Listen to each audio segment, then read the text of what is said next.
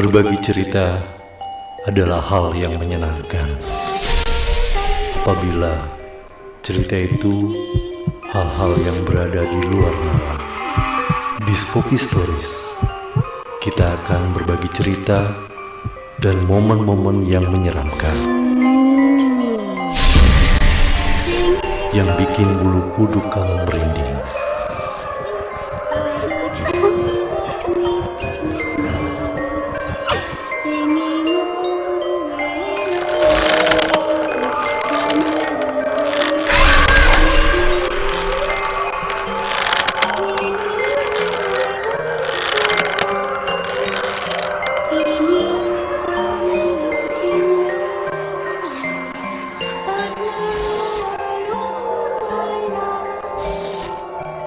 Karena ada mereka selain kita.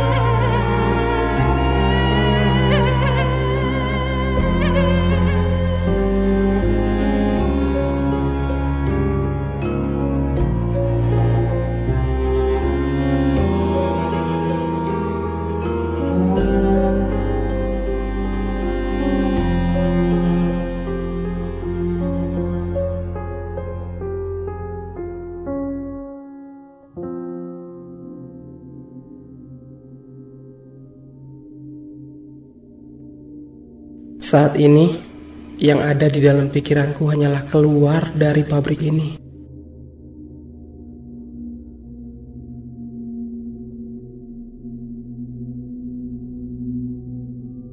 Tapi, saat aku baru keluar dari pantry, aku melihat Johan dengan tubuh yang sempoyongan berjalan di ujung lorong.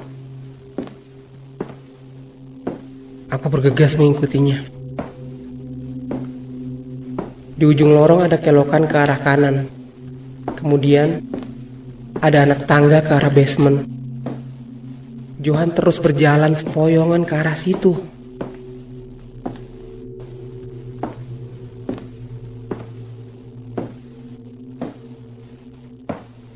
Tidak berapa lama kemudian, aku melihat Johan memasuki sebuah bilik.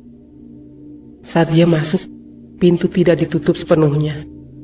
Masih ada sisa celah pintu yang terbuka, sehingga aku bisa mengintip ke dalam bilik itu. Aku mencoba melihat bilik itu. Apa yang ada dalamnya? Kosong. Hanya ada meja kecil dan lilin, serta sesaji. Iya. Itu sesaji di atas meja dan foto.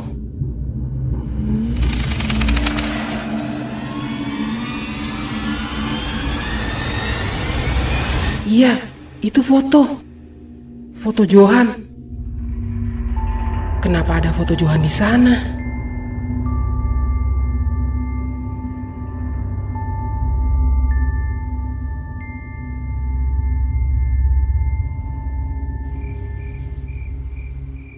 Mana teman-temanmu? Aku mendengar suara Pak Dadang. Marah, menggelegar.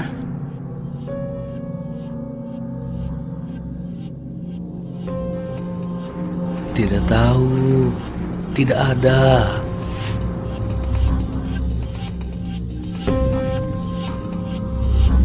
Johan menjawab dengan suara yang berbisik aneh sekali.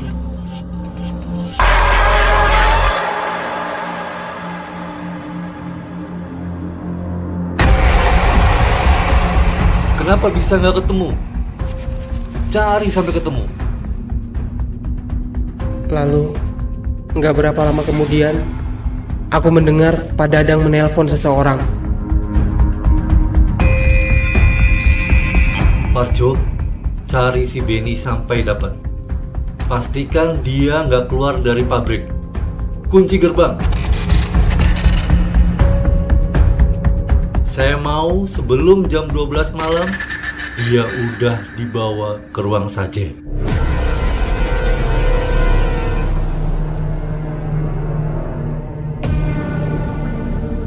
Keringat dingin menjalari seluruh tubuhku. Aku benar-benar ketakutan. Aku pergi dari ruangan itu menuju lantai atas. Tapi sebelum aku beranjak terlalu jauh dari basement tersebut, aku melihat seorang lelaki seusiaku berdiri di dekat sebuah tiang beton.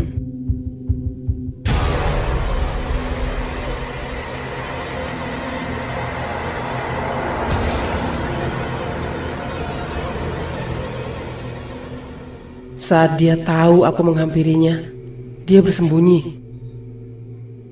Dia bersembunyi di balik tiang. Aku kemudian menghampirinya, bertanya padanya, apa yang dilakukan di sini? Dia bilang, pengen pulang, tapi gak bisa. Aku bilang, kenapa gak bisa? Dia bilang, gak bisa kemana-mana, karena sudah diikat oleh Pak Dadang. Aku makin merinding karena lelaki di depanku ini sama sekali tak punya cahaya kehidupan. Sekilas melihatnya pun orang akan sadar bahwa dia itu hantu.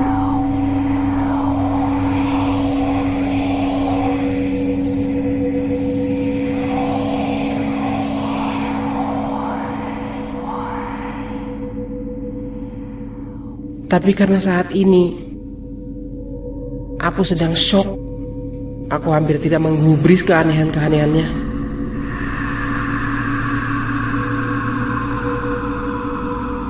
Kamu harus lari. Cepat. Hah? Kenapa? Benarkah Pak Dadang memang orang jahat? Aku hampir berteriak. Pokoknya lari. Kami semua nggak bisa. Kamu harus bisa. Ayo, kita sama-sama. Kita sama-sama keluar dari sini. Mumpung masih belum ketemu sama Pak Dadang. Ayo. Kami udah nggak bisa. Kami sudah terjebak di sini. Aku sudah nggak bisa mikir macam-macam lagi. Aku ingin sekali bisa cepat keluar dari tempat ini. Saat aku berlari menuju lantai atas,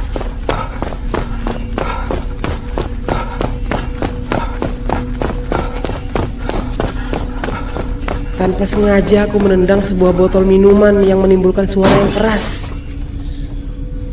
Tak berapa lama kemudian Pak Dadang lari mengejarku.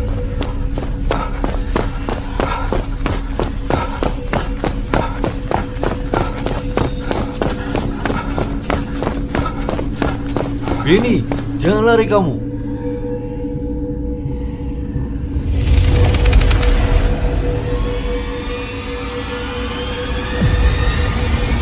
Aku terlalu ketakutan. Aku terus berlari menyusuri lorong-lorong pabrik. Dan tanpa sadar, aku malah kembali berlari ke arah basement. Aku terus berlari hingga tanpa aku sadari lantai yang aku pijak ambles ke tanah. Hingga tanpa aku sadari lantai yang aku pijak ambles ke bawah. Aku jatuh kira-kira 3 meter ke bawah. Punggungku seperti patah. Punggungku sakit sekali. Rintihku saat itu. Di sini sangat gelap sekali. Mataku tak melihat cahaya apapun. Belum sempat aku menguasai keadaan. Belum sempat aku berusaha mencari cahaya. Hidungku mencium bau yang sangat-sangat busuk. Aku sampai-sampai ingin muntah. Ini sangat bau sekali. Dengan gemetar, aku menyalakan korek yang ada di saku celanaku.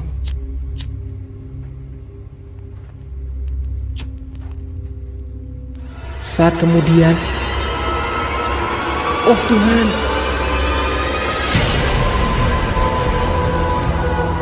hal paling mengerikan terpampang nyata di hadapanku. Tahu kenapa?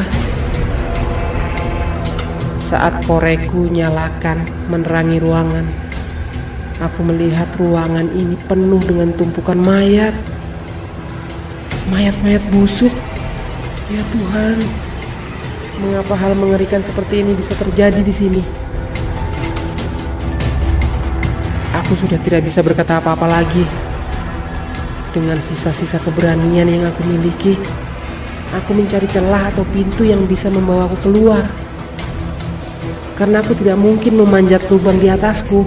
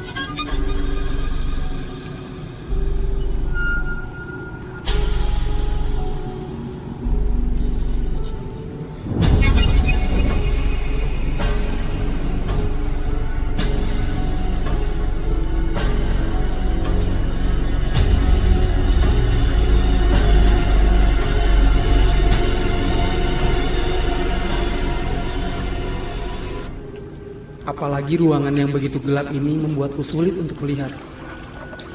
Tak jarang, aku beberapa kali menginjak anggota badan mayat-mayat ini. Entah itu kepala, tangan, atau badan mereka. Bau busuk yang menyengat ini juga hampir mengosongkan isi perutku. Di tengah aku mencari celah untuk keluar, aku mendengar suara rangan.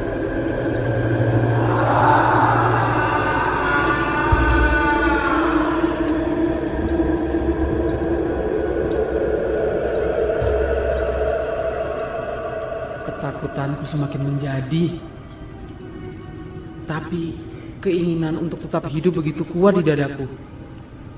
Dengan perlahan aku mencari sumber suara dengan bantuan korek api di tanganku. Ya Tuhan, Johan!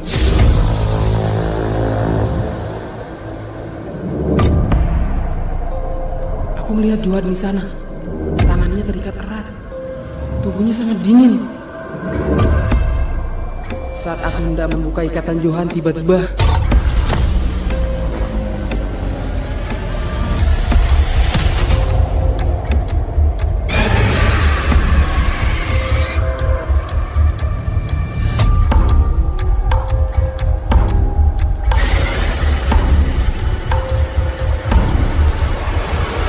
Benny, kamu di bawah kan?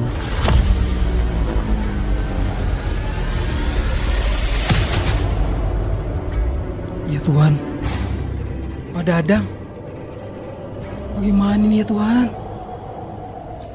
Tanpa sadar aku menangis tertahan. Aku membayangkan kematian begitu dekatnya. Membayangkan tubuhku nantinya akan dibuang di sini bersama tumpukan mayat-mayat yang lain, membusuk tanpa bisa dikuburkan dengan layak. Aku tak dapat berpikir lebih jauh lagi. Aku segera bersembunyi di bawah tumpukan-tumpukan mayat. Walau mual yang amat sangat, tetapi aku mati-matian menahannya.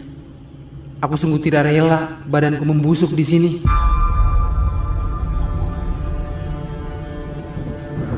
Benny. Suara Pak Dadang dari atas terdengar sangat mengerikan. Aku menahan nafas. Dadaku seakan mau pecah.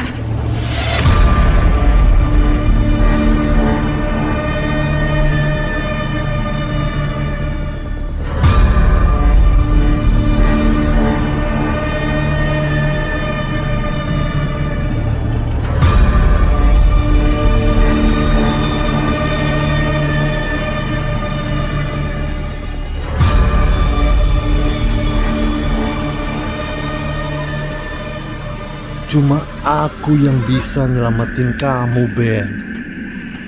Kamu mau keluar atau mau jadi kayak mayat busuk itu, Le?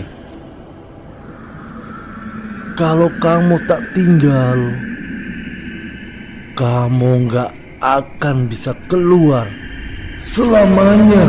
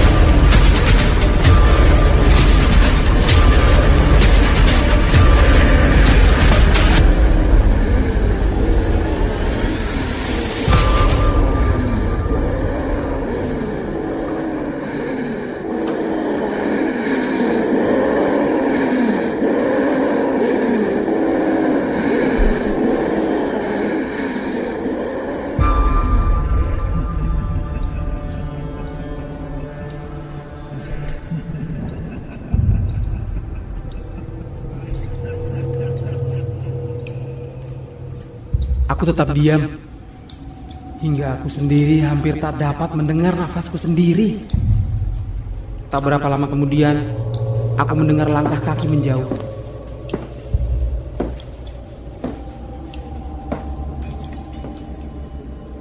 Aku gulingkan badan busuk yang menindihku. Aku berusaha menarik nafas dengan susah payah. Dadaku berdegup dengan kencang. Aku benar-benar ketakutan.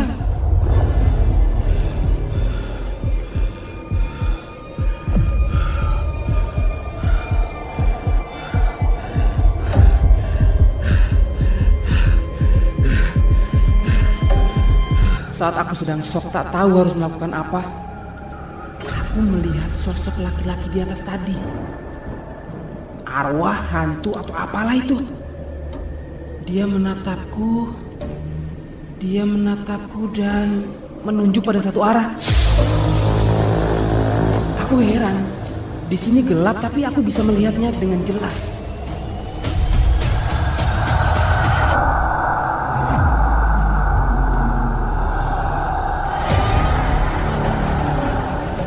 Aku lalu melihat arah yang dia maksud. Aku mencoba merangkak ke arah itu. Setelah aku berada di tempat yang dia maksud, aku bingung. Aku hanya melihat dinding. Tapi laki-laki itu terus menunjuk ke arah yang sama. Akhirnya setelah berusaha menyingkirkan dua tubuh mayat, aku melihat lubang. Bata di dinding itu terlihat sudah tercongkel. Tapi hanya cukup satu badan manusia dengan bobot yang tidak terlalu gempal. Aku mencoba melewatinya. Sempit sekali. Badanku tidak akan masuk di lubang sekecil ini. Aku lalu teringat Johan. Aku berlari ke arahnya.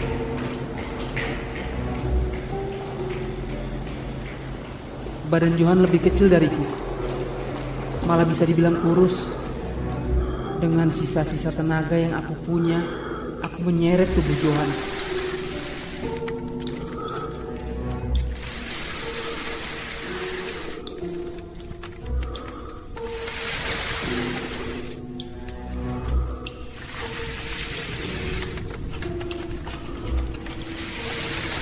Dengan kondisiku yang seperti ini, aku hampir saja tidak kuat menyeret tubuh Johan yang sekurus ini. Dengan susah payah, akhirnya aku berhasil mendorong tubuh Johan keluar. Kini aku berusaha untuk keluar. Aku memaksa tubuhku untuk melewati lubang kecil itu. Sakit yang tidak terkira saat daging-daging pinggangku sobek karena dipaksa melewati lubang yang sempit ini.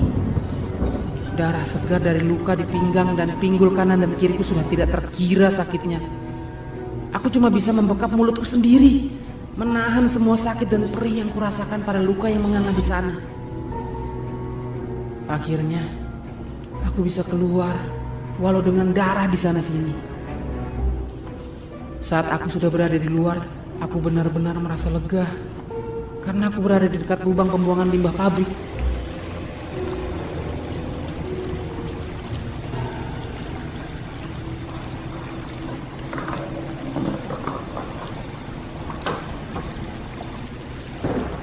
Pembuangan menggunakan pipa besar yang nantinya mengalir ke parit besar di luar komplek pabrik.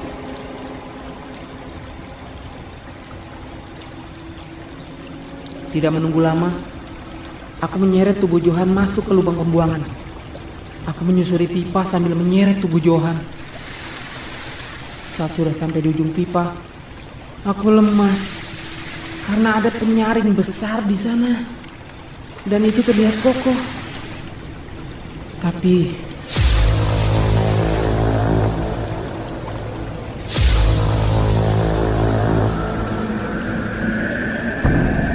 bayangan akan kematian membuatku semangat untuk bangkit lagi. Aku merebahkan diri dan menendang dengan keras penyaring pembuangan itu dengan kedua kakiku. Ku kerahkan seluruh tenagaku. Aku terus berusaha.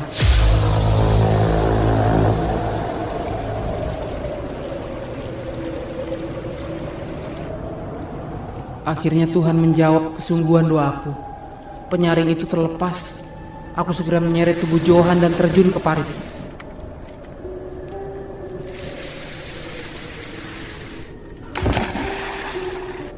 Aku hampir menjerit karena aku merasa kaki kananku patah. Keringat dan air mataku sudah bercampur jadi satu. Oh Tuhan. Sakit dan ketakutan di satu waktu membuatku syok.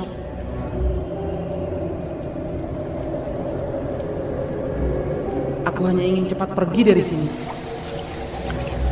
Kira-kira 100 meter aku menyeret tubuh Johan menyusuri parit besar itu. Airnya hanya ada semata kaki, membuat usahaku makin sulit. Aku tertolong dengan gelapnya malam dan tidak adanya lampu penerangan jalan. Setelah kira-kira 100 meter, aku naik ke atas parit dan memanggul tubuh Johan yang sudah tidak bergerak. Aku mengecek apakah dia masih bernafas atau tidak.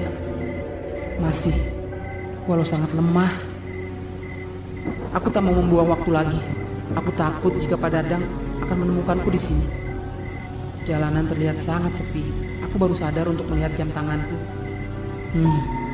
Jam 11 malam. Berarti 7 jam aku terjebak di pabrik.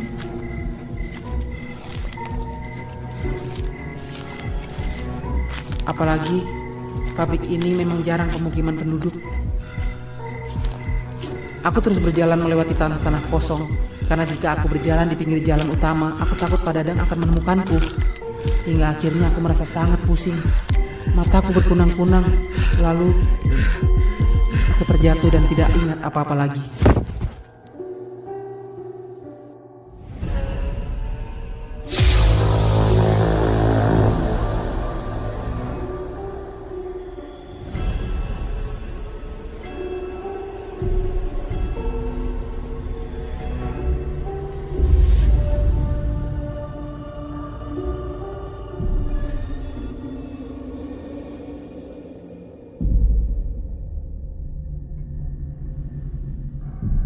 Singkat cerita, saat tersadar aku sudah di rumah sakit.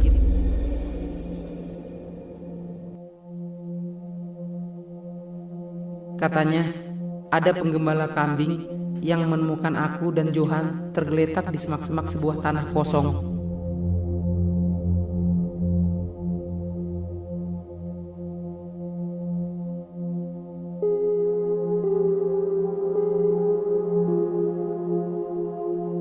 Sehari kemudian, saat kondisiku sedikit membaik, Aku berjalan dengan dibantu penyangga kaki ke tempat tidur tempat Johan berbaring. Dengan selang infus di pergelangan tangannya. Kondisinya sangat lemah. Tetapi dia sudah sadar.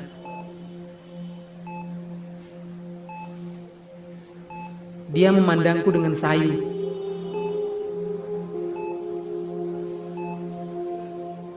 Aku baru bisa melihat Johan dengan jelas.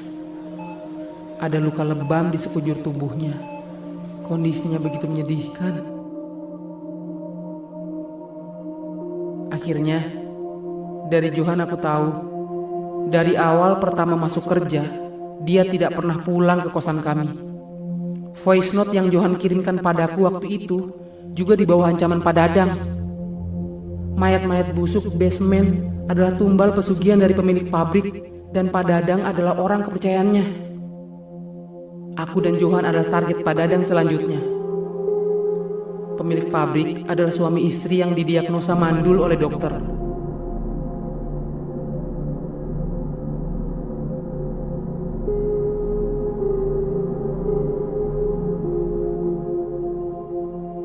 Karena sangat ingin punya keturunan dan hidup berkecukupan, akhirnya mereka mengambil jalan sesat dengan datang ke seorang dukun yang bersekutu dengan setan.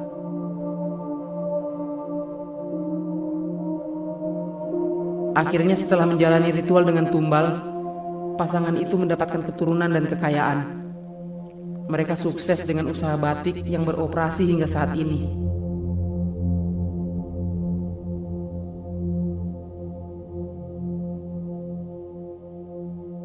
Iklan lowongan pekerjaan hanyalah siasat Pak Dadang untuk mencari orang-orang yang akan dijadikan tumbal pesugihan.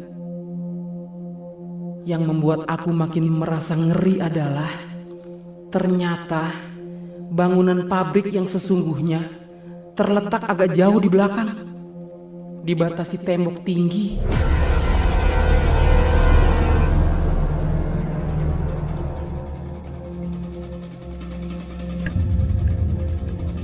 Bangunan pabrik tempatku bekerja dari kemarin itu hanya kamuflase untuk menjebak para calon tumbal. Makanya dibangun sedemikian rupa agar orang tidak curiga. Dan satu lagi, orang-orang yang kami lihat di pabrik kemarin, mereka bukan manusia. Mereka hanya arwah para tumbal pesugihan. Entah ritual apa yang membuat mereka bisa menyerupai manusia hidup, walaupun terlihat tanpa energi. Johan juga bercerita bahwa jiwanya sudah diikat oleh Pak Dadang sebagai tumbal selanjutnya. Dan benar saja, Johan meninggal seminggu kemudian dengan kondisi yang sangat lemah. Dan Pak Dadang, mereka sekeluarga pindah dari kampungku, entah kemana.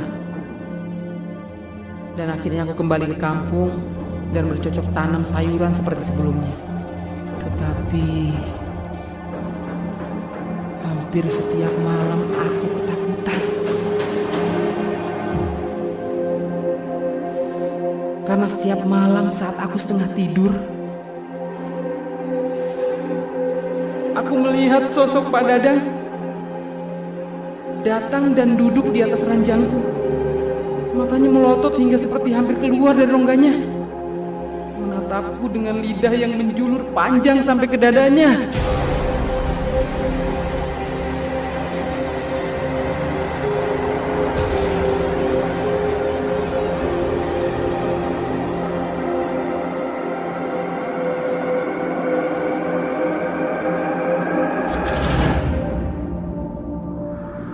Harusnya kamu juga mati.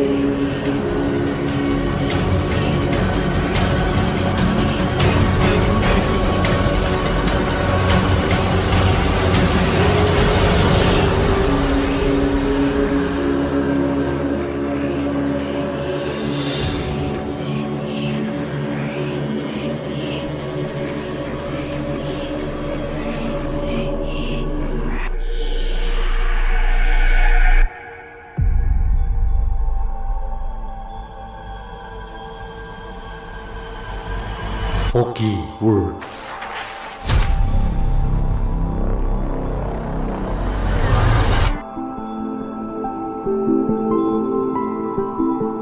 Bayangkan jika kamu terbangun di tempat yang gelap dan sempit.